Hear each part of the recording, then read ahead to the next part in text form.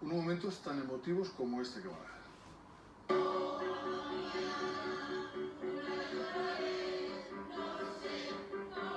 La actuación de este coro de afectados por Alzheimer fue una de las más conmovedoras de la noche.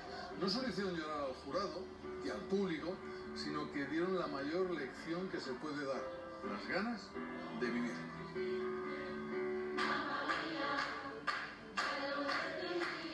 Les pillamos ensayando. La música forma parte de su día a día, pero hay más.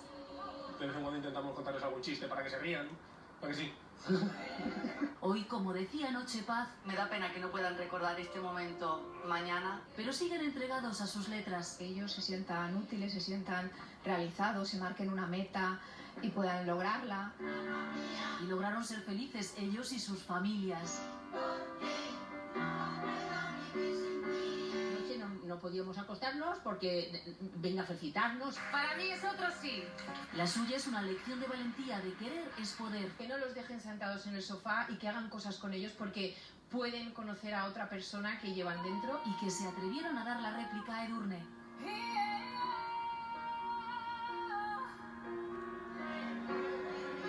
No han querido decirnos que preparan para su vuelta a Got Talent, pero preparados están. ¿Preparados para el próximo concierto?